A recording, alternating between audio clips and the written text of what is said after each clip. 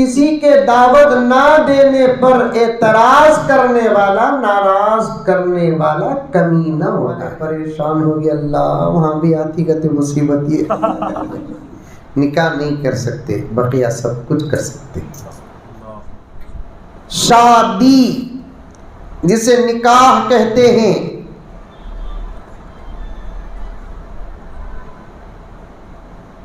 یہ بھی دین ہے، لیکن اس کے کرنے کا طریقہ اگر شریعت کے مطابق ہو، رب کعبہ کی قسم اس سے بڑی عبادت کوئی نہیں۔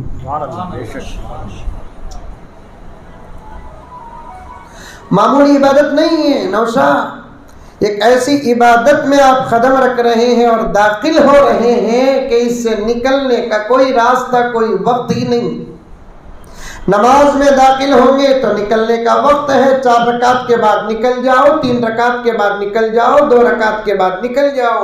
روزے میں داخل ہوتے ہیں تو افطار سے نکل جاؤ، زکوٰۃ میں داخل ہوتے ہیں تو دینے کے بعد آپ فارغ ہو گئے، حج میں عمرے میں داخل ہوتے ہیں تو ارکان ادا ہوتے ہیں تو آپ حج اور عمرے سے باہر نکل جاتے ہیں، کھانے میں داخل ہوتے ہیں پیٹ بھر گیا، ہاتھ دھو لیے دسترخوان سے باہر، سونے میں داخل ہوتے ہیں تو نیند پوری ہو گئی، آپ اٹھے یا کوئی اٹھائے تو آپ نیند سے باہر ہو گئے۔ لیکن نکاح ایک ایسا عمل ہے، داخل ہونے کے بعد نہ کوئی وقت ہے باہر نکلنے کا، نہ کوئی ڈیٹ ہے باہر نکلنے کا، نہ کوئی ٹائم ہے، نہ کوئی راستہ ہے، اس میں داخل ہو گئے تو ہو گئے، دن رات حضر قصر سب ہر حالت میں آپ نکاح کے اندر رہیں گے، صحت میں ہو تب بھی نکاح کے اندر، بیماری میں ہو تب بھی نکاح کے اندر، خوشی میں ہو تب بھی نکاح میں، غم میں ہو تب بھی نکاح میں، دولت میں ہو تب بھی نکاح میں، تو غربت میں ہو تب بھی نکاح میں، دنیا میں ہو تب بھی نکاح میں، جنت میں ہو تب بھی نکاح میں۔ سبحان اللہ سبحان اللہ۔ جنت میں بھی ابھی تو نکاح ہو رہا ہے نہیں، اب یہ ایسی گھاٹی انشاءاللہ تعالی یہی میاں بیوی اسی رشتے کے ساتھ پھر نکاح نہیں پڑھائیں گے، وہاں پر یہی ویلیڈیٹی وہاں تک چلے گی۔ چتاپور والے پریشان ہو گئے، اللہ وہاں بھی آتی کہتے مصیبت یہ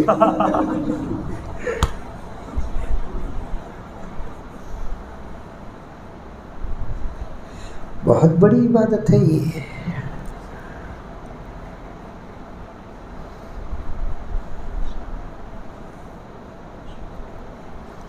15-20 سال کی عمر میں یا 22 سال کی عمر میں جب ضرورت ہو، بچپن ختم ہوتے ہی وقت نکاح کا شروع ہو جاتا ہے۔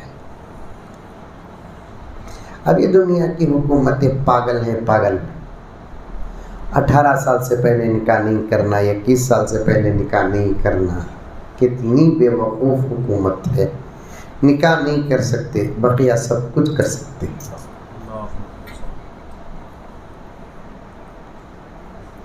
میں نے ایک ممبر آف پارلیمنٹ سے پوچھا، ڈائریکٹ پوچھا، یہ قانون آپ لوگ بنا رہے ہیں، نکاح نہیں کر سکتے، میرج نہیں کر سکتے، شادی نہیں کر سکتے 18 سال سے پہلے، لیکن 18 سال سے پہلے سب کچھ ہو رہا ہے، اس کا ذمہ دار کون؟ کون ذمہ دار اس کا؟ جب ایک اچھی چیز پر پابندی لگا سکتے ہیں تو بری چیز پر بھی پابندی لگا دو، تب جا کر نتیجے اچھے نکلیں گے۔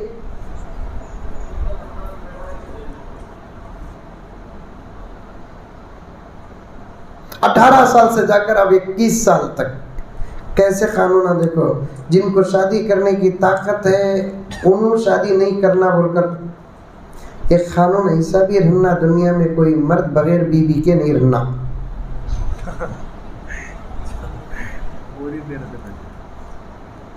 اچھا ہے نہیں قانون؟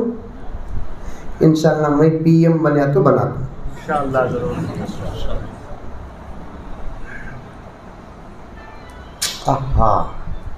اسی لیے پیغمبر جہاں صحابہ سے سوال کرتے تھے نماز پڑھے کہ نہیں پڑھے، روزہ رکھے کہ نہیں رکھے، وہیں صحابہ سے سوال کرتے تھے شادی ہوئی کہ نہیں ہوئی۔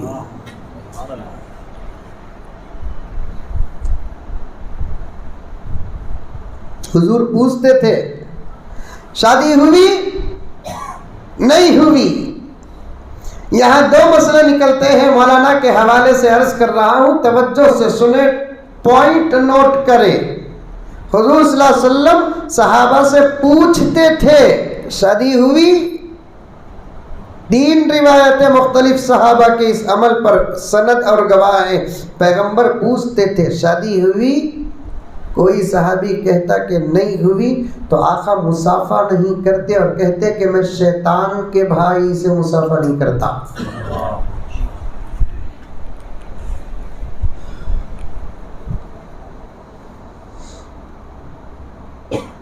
آقا کا یہ سوال 2 باتیں بتاتا ہے. پہلی بات شادی کی اہمیت، جیسے نماز کی اہمیت سوال سے پیدا ہوتی ہے، روزے کی اہمیت سوال سے پیدا ہوتی ہے، مالداروں کو پوچھتے کہ زکوٰۃ ادا کیے کہ نہیں کیے، اہمیت معلوم ہوتی ہے. شادی کے بارے میں آقا کا سوال کرنا، پہلی بات یہ نظر آتی ہے کہ شادی کی اہمیت. دوسری بات یہ ہے کہ مدینے میں صحابہ کے بیچ میں شادی ہوتی، پیغمبر پوچھتے، اگر ہوتی تو نبی کو معلوم ہوتا تھا نا. تو اس زمانے میں صحابہ شادیاں کرتے تھے، بالکل چھوٹی مجلس، کبھی نبی کو خود نہیں بلاتے تھے، شادی ہو جاتی تھی، نبی اعتراض تک نہیں کرتے تھے. آج شادی میں بھونے کے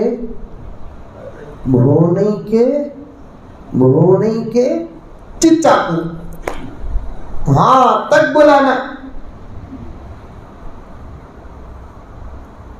فقہاء نے صاف لکھا ہے، بیچ میں مسئلہ آ گیا، عرض کر رہا ہوں، مجھے اور عنوان کی طرف آج بات کرنا ہے. فقہاء نے فرمایا دعوت، کسی کے دعوت نہ دینے پر اعتراض کرنے والا، ناراض کرنے والا کمینہ ہوتا ہے.